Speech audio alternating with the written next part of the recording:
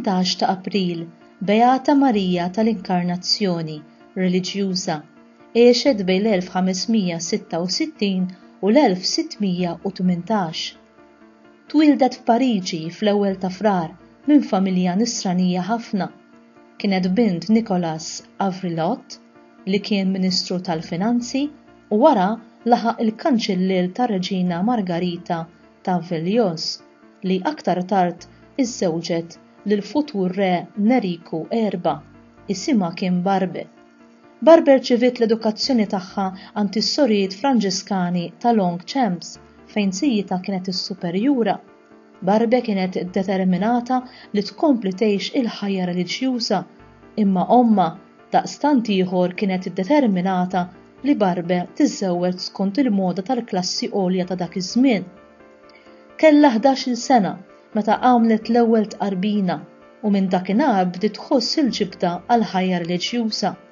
Ta' 14-il sena ħaditha ma' omma u ma riditx taf biżwieġ. Omma ġalitha tgħix f'kamra għal sentejn, kamra li ma kienitx imsaħħna biex forsi Barbe ċedi. Ta' 16-il sena Barbe aċċettat li tiżżewweġ lil Pierre Akerri, Viskotoni ta' Villemor, żagħżugħ intelligenti, avukat sinjur u kattoliku ferventi. Ma setax ikollha raġel aħjar. Pierre kien jgħin ir-refuġjati Kattoliċi Ingliżi mill-persekuzzjoni tar-Reġina Eliżabetta. Barbe fl-aħħar ċediet li tibda tilbes ħwejjeġ tal-moda skont il-pożizzjoni tagħha. Tant kienet tidher sabiħa li qala wiela la Bella Akare. Il-koppja kellha 6 tfal. Barbe kienet tgħaddi wisq ħin fuq se tgħix skont il-klassi ta' dak iż-żmien. Pierre induna b'dan li kienet qiegħda tgħaddi ħafna ħin taqra r-romanzi.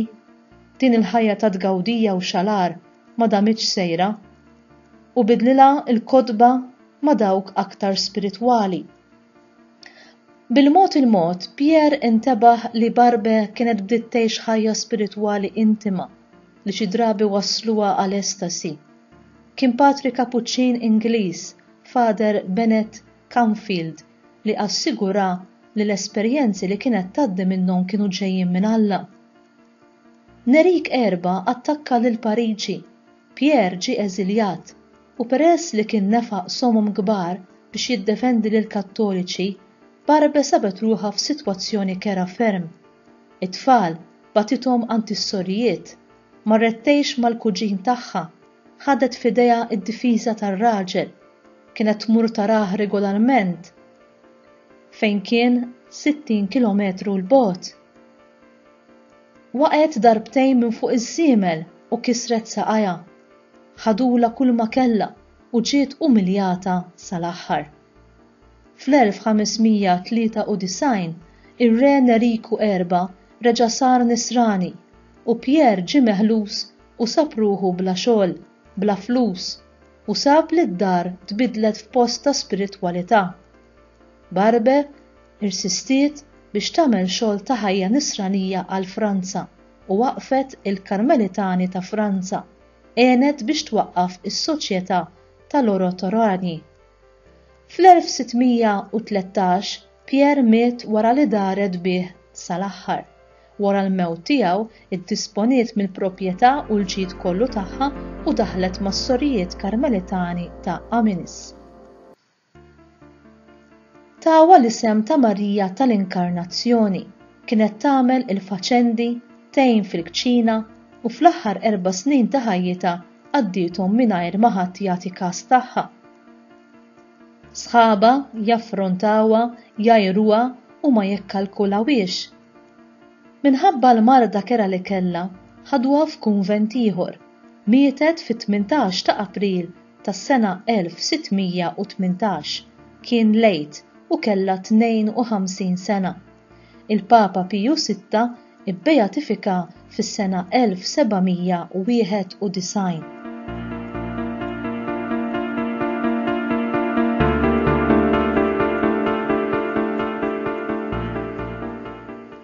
Ukoll jekk mara tal-familja, il-Beata Marija tal-Inkarnazzjoni kienet ta' għajnuna kbira lil bosta persuni fil-bżonn waqt l-assedju ta' Pariġi tas-sena 1590 u ħadmet ħafna biex ir-riforma protestanta ma tinxterid ġewwa Franza.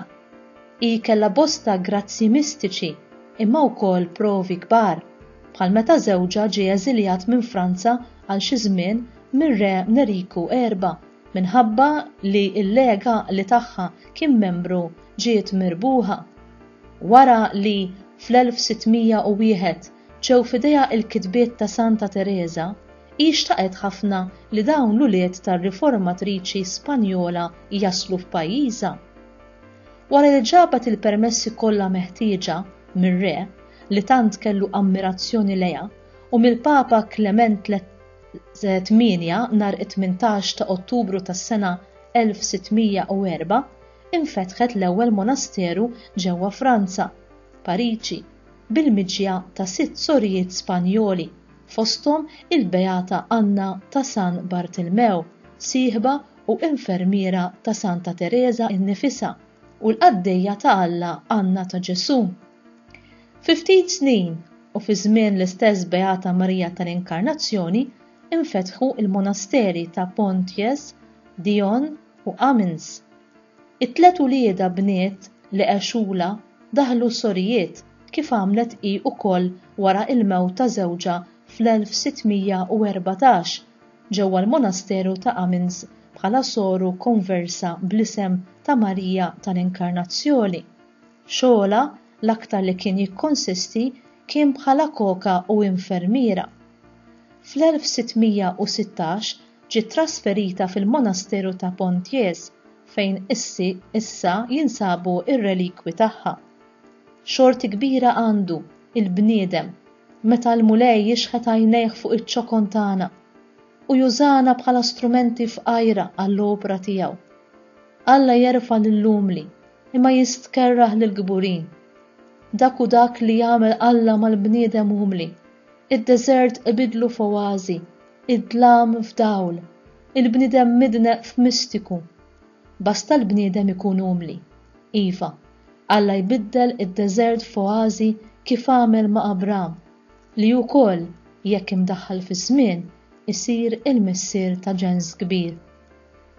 Dak li Alla jista' jkompli jagħmel miegħek u permezz tiegħek u tal-għaġeb jekk biss tħallih. L-għażla f'idejk ħabib, ħabiba.